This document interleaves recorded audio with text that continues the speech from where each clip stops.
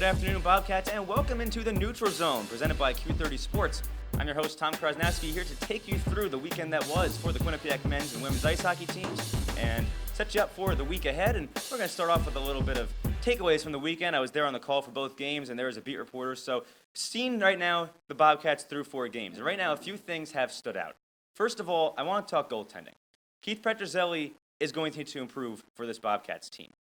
The goaltending the past 2 years was really solid with Andrew Shortridge. With Petruzzelli right now, there is a little bit of room for improvement. His goals against right now is 2.90. His save percentage is .890. Those are not Cleary Cup levels for this team right now. The defense is young and inexperienced. The offense is young. They need a brick wall in goaltending, just like they had with Andrew Shortridge for the last 2 years. Petruzzelli also needs this for himself, too. The Detroit Red Wings drafted him in 2017, and they really haven't gotten much return on their investment yet. 2 years as the backup. This year moving forward, Petruzzelli is kind of unopposed in the crease. Evan Fear is his only real competitor, and he's a raw freshman. Josh Mayanja has barely played 10 minutes. This is Keith Petruzzelli's time to shine, and right now he needs this performance larger than anybody else. I think the telling thing for me from this weekend was when Rand Pecknold said after the game, I believe it was the loss to Maine on Friday, the team allowed 4 goals and 18 shots, and he just flat out said, that can't happen. We're not letting too many shots up, but too many are ending in the back of the net. Petruzzelli, though, to his credit, he bounced back from that. There are signs of improvement for him. On the third period on Saturday, he played lights out, made some big stops, tremendous glove saves. The talent is very clearly there. The Bobcats just need to see more consistency from him. He needs it as well, and the Bobcats need it. The defense, I think the problem with the defense and Petruzzelli, they're not gathering up his rebounds. Petruzzelli does have a tendency to let big rebounds come out, not freeze the puck all the time. And the defense, they're not getting on these loose pucks. Second chances are going in. He's not often getting beat on the shot. It's more so these second and third chance efforts. And the defense needs to improve. But Petruzzelli's going to have to step his game up to bail them out a little bit. So that's point number 1. Petruzzelli being a bit of a mixed bag. Point number 2 is something else that's a little bit, could be concerning moving forward, but I actually don't think is going to be as concerning as some people think it is. Alex Whalen's injury. Rand Pecknold was able to confirm after the Saturday game that Whalen was unavailable, and he was spotted with a cast on his left hand. So we don't have to speculate what's going on or how long he's going to be out. But if you have a cast, we can at least assume this is going to be fairly significant. He's going to be out for at least the next couple of games. And if he's out for the next couple of games, the Bobcats, they have a lot to make up there. Whalen is an alternate captain on this team. He has the most goals in active team players right now in the team history. And he plays penalty kill minutes. He's a two-way forward. He's a vocal leader. They're missing all of that right now. But oddly enough, I think they can almost withstand it on the ice. Tremendous scoring depth on this team. Rand Pecknold said this was the second best offensive depth he may have seen in his 26 years as head coach. That's due to guys like Ethan Lay, Wyatt Bongiovanni, Skylar Brindamore. Odin Tufto and Will Falstrom don't even have goals yet, and that's not going to last for long. They're too good for that. 9 players have already scored for the Bobcats. The problem with this team right now isn't the offense. They can make up for the lack of Whalen. The only thing that concerns me about Whalen's absence, if it is prolonged, is the impact he has on the penalty kill and the leadership. It's harder to measure the leadership, but right now there's only 2 active seniors with Whalen gone. And that can be tough for a team when they're looking for somebody to go too late in the game. So they might miss Whalen there. And the penalty kill is another important one. Whalen gets big penalty kill minutes for a goal scorer. He is an effective two-way forward. And right now, the penalty kill is clipping along at just 70%, which is kind of unacceptable for where Rand wants this program to be. So the penalty kill is where they might really need to see some improvements, to see some young kids step up, like Desi Burgart did last year, and Mike Lombardi getting some PK time. Also look for Ethan DeYoung. So as for Whalen, again, we don't want to speculate on the injury, but it is going to be some time in all likelihood, and could be a big loss for the Bobcats defensively, but I think offensively they might be able to withstand it. But right now, let's talk about this team and where it stands right now. They're ranked in the top 10 still after a disappointing weekend against Maine where they split. And I think it's time where we can talk about some positives and negatives, big concerns, and maybe room for improvement. So first, let's start off with the concerns. That's got to be special teams. The Bobcats' special teams are the hallmark of this team when they're going right. Last year, the team was 4th in the nation on the power play, 3rd on the penalty kill. Right now, their combined special teams rates aren't even over 100%. There's at 70 on the PK and 15%, I believe, on the man advantage. Yeah, not even 15. They're 3 for 20. 3 for 20 is not going to cut it on the power play for this team. And there's been a lot of moving parts. There's been a lot of changes. No Chase Prisky. obviously is a big factor. No Brandon Fortunato. Brogan Rafferty also played big minutes in the power play. These guys are all gone. But they're going to have to kind of get things going here because over the main weekend, they were just 1 for 11 on the power play, and that's against a non-conference foe. The power play is really going to have to improve. They've got the goal scorers. They're good at even strength. The power play, though, is going to, I think, the team's biggest area of improvement. I also mentioned the penalty kill earlier, and I mentioned the player personnel. I think the bigger important factor for me here is the team's discipline. There was a 5-minute major in a game misconduct for Desi Burgart in the second game, and that put the Bobcats on a 5-man disadvantaged power play. They gave up a goal on that. The penalty kill is only at 70%. I think the discipline really has to improve. 9.8 penalty minutes a game is actually less than the last 2 years, but there's already been a major, and it seems like the Bobcats are just spending too much of the game killing penalties or at 4-on-4. They're not attacking when that's going on. You're playing defense. You're staying structured. You're trying to prevent goals. You're turtling. The Bobcats need less time on the penalty kill and better discipline in order to win some of these games a little bit more often. I mean, Pecknold said it after the Friday game. He said, we took 3 O-zone penalties, and you're just not going to win games. You take 3 O-zone penalties. That's another thing the Bobcats are going to have to watch out for. They're a young team, but discipline is going to have to improve. But it's not all doom and gloom for this team. The Bobcats are in a good spot. They're 3-1. They're a top 10 team right now, and there are some big positives to take away. And I know I mentioned the youth as a potential problem for this team, that the discipline's not always there, the defense doesn't wrap up sometimes, and they're not, they're very young, and Rand just called them immature. But there are some good things to take away from this too. Ethan Lay has been tremendous so far, 2 goals. Skylar Brindamore has just looked like a winner right now. He looks like a Quinnipiac Bobcats player. He's more than living up to his name right now. And again, 9 Bobcats have scored goals already. That's not even counting Tufto and Fallstrom. They will be scoring soon, and they'll be scoring in bunches. The Bobcats' offense is deep. For this team to succeed, they're going to have to outscore their problems, and they have proven capable of doing that so far. Good mix of youth and experience on offense. We'll have to see if they can continue to outscore the defense and the goaltending moving forward against Vermont and then into ECAC hockey play. So, those are my thoughts on the Quinnipiac men's ice hockey team. Some positives, some negatives. And after the break, we'll be back with Steve Pappas, who was there this weekend to broadcast the games. We'll dive into his thoughts and some fan questions, a new feature here on the Neutral Zone. Stay tuned on Q30 Sports. Welcome to the WQAQ Morning Show. Dan Ball and Emma Spagnolo joining you here from the QAQ studios in Hamden. And Emma, it is that time of year again.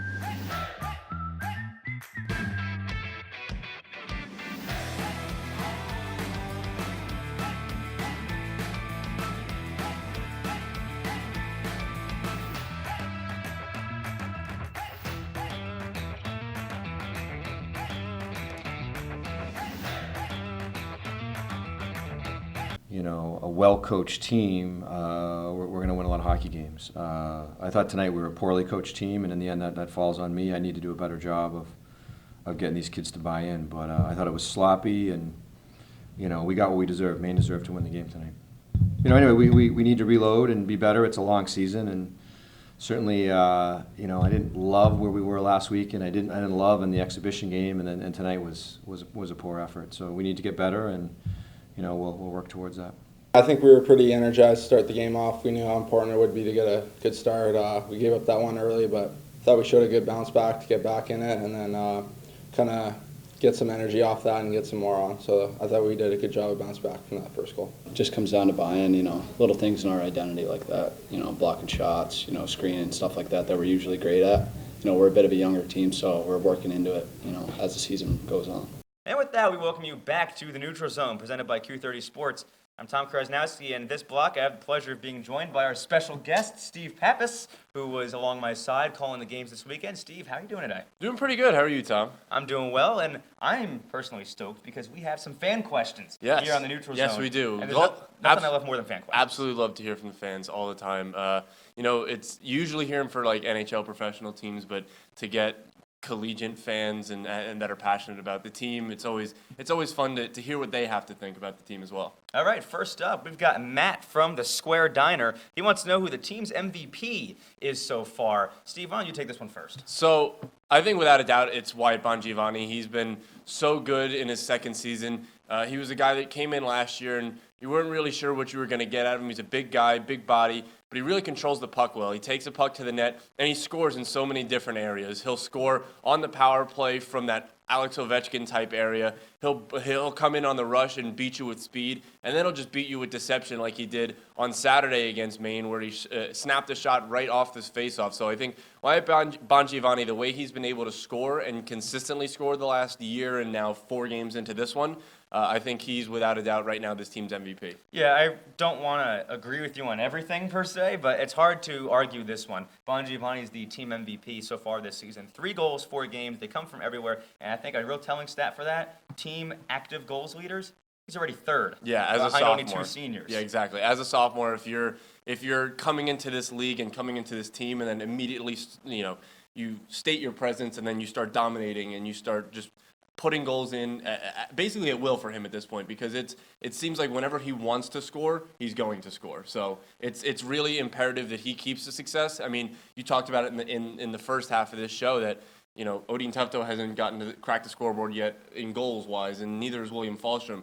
If Bongiovanni can keep this pace up, then as soon as these 2 guys start to find their stride this season, then this team could be a lot better than what it is right now. Let's move on to Dylan from New York. He's reaching out today. How worried are you that this team is too young? You know what? There's a lot of teams in you want to look professionally that are young and successful. You want to look at the Toronto Maple Leafs. They're a very young and successful team. So Colorado? Exactly. I don't think youth is an issue when it comes to playing this game, because it takes youthful legs to stay in this game. I think if you have a decent – you don't need a team full of veterans to play well. You need a couple – grizzled veterans is the word I'm going to use, but a couple guys that have been around the block that could teach these younger guys, so the learning out and feeling out process doesn't take as long as it would if a team's full of nothing but freshmen, sophomores that aren't really fully experienced in this college hockey realm. So I think being underaged and young isn't an issue. I think it's just at this point just being able to mesh together. There's so many teams that you bring in so many freshmen that not everybody knows each other's play style, and the beginning of this year can get a little choppy. Yeah, I'm going to say I am a little bit concerned about this team's youth, mostly on the defensive end. Offensively, I think guys know how to score, and maybe the physicality is an adjustment they have to make, but guys, if they can score, they will score. You're seeing that already with Lay and Brindamore. I mentioned that earlier. But defensively, this team is a little there's an adjustment to make with ECAC college hockey, physically, and then, like I said, getting on those rebounds with Petrozelli, boxing out opponents. We've seen guys like Jaden Lee kind of just throw pucks blindly into the defensive zone center, and that's just, you can't do that in college hockey. Metza has improved so far on defense. Delibertori is one of their better defensemen right now, and he's still kind of inconsistent, only his 2nd year. So I'm worried they might not have enough of a leadership on D right now with the youth. I think it's a unit that will get better over time, and I really think it's a unit that's going to get scary next year for other teams. But right now, I do think there's a little bit of a risk this team is too young on the defensive end for me. We'll agree to disagree on that one. But So Ryan from Mass reaching out with our 3rd question here. Who is the toughest ECAC hockey opponent that this Quinnipiac team is going to have to face this year? So I think the obvious answer is going to be Cornell or Harvard. Clarkson. But I'm going to go with a dark horse. I'm going to go with Union. This is a team that the Bobcats have not beaten the last 4 times that they've played them. They're in the last 2 years have not beaten Union. So I think sometimes it's the boogeyman that could really get you, not so much the talent on the team. So I'm going to go Union is the toughest opponent for the Bobcats this year, because they've been able to hang with Clarkson on the road last year, and then obviously Cornell and Yale's always the big game. Yeah, you want to talk boogeyman? I think that's why I'm going to go with Cornell. Because Quinnipiac and Cornell, they've got a little bit of history there, and they're always hard to play against. Cornell plays a real physical brand of hockey. They're a big team, and the Bobcats aren't a big team, which is why I think that could be kind of a matchup that Cornell feeds off of. The ECAC all-first team was pretty much all Cornell, Clarkson, and Quinnipiac, and I think that's right now, so early in the season, that's why I'm going to stick safe there. I do like Union as a dark horse, and even Yale as a bit of a dark horse. They bumped up from that 7-8 seed where they've been the last few years, 9. Now they're into the top 5 in the preseason poll, I think, as number 5. So Yale's a team to even watch out for moving forward as a potential dark horse. Yeah, and it always makes the rivalry just a little bit better when both teams are in that top 5 range. Now, closing things up here, we've talked about freshmen before, kind of a lot on this show already, but Dan from Connecticut wants to know, who is one specific impact freshman who's really caught your eye so far? It's very hard to pick out one freshman to this point. I mean, Ethan Lay's been really good with 2 goals. Skylar Brendamore has looked poised as well. Logan Britt, who we talked about on the broadcast, you haven't heard his name a lot, which is a good thing out of such a he could be called as Chooks' prodigy to this point. He is a guy who's big in size and is able to defend well. So if I had to pick out of those 3, because those are the guys I think that at this point have been the 3 best freshmen, probably Ethan Lay. He's been able to score, like you mentioned. If you're a scorer, you're going to score. But I also think he's evolved so far into the physicality of this.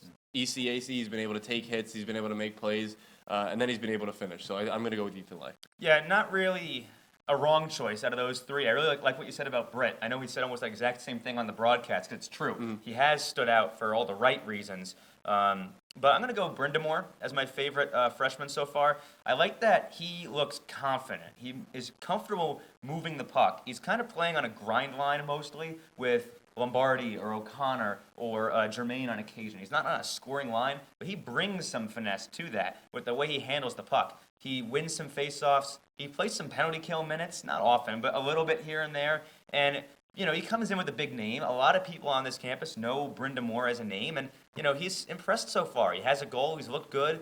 For me, Brendamore, that's the guy that he had big pressure on him coming in, and I'm impressed with what I've seen from him so far. Yeah, absolutely. I mean, like you said, you can't go wrong with these guys.